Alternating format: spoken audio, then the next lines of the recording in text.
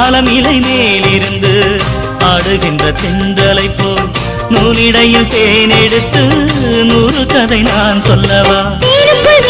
சீரக நனைந்த சிங்கார பூங்குயிலே மாதுள பூவில் வாசனை தேடும் மஞ்சள் இளம்பிலே என் தேவா.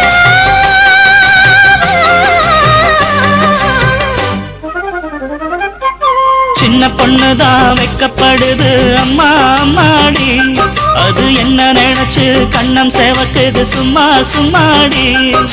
சாமத்து காத்தும் அடிச்சது சாமந்தி பூவும் வெடிச்சது, ஆனந்த வாசம் மணக்குது ஆசையில் மனசு கணக்குது.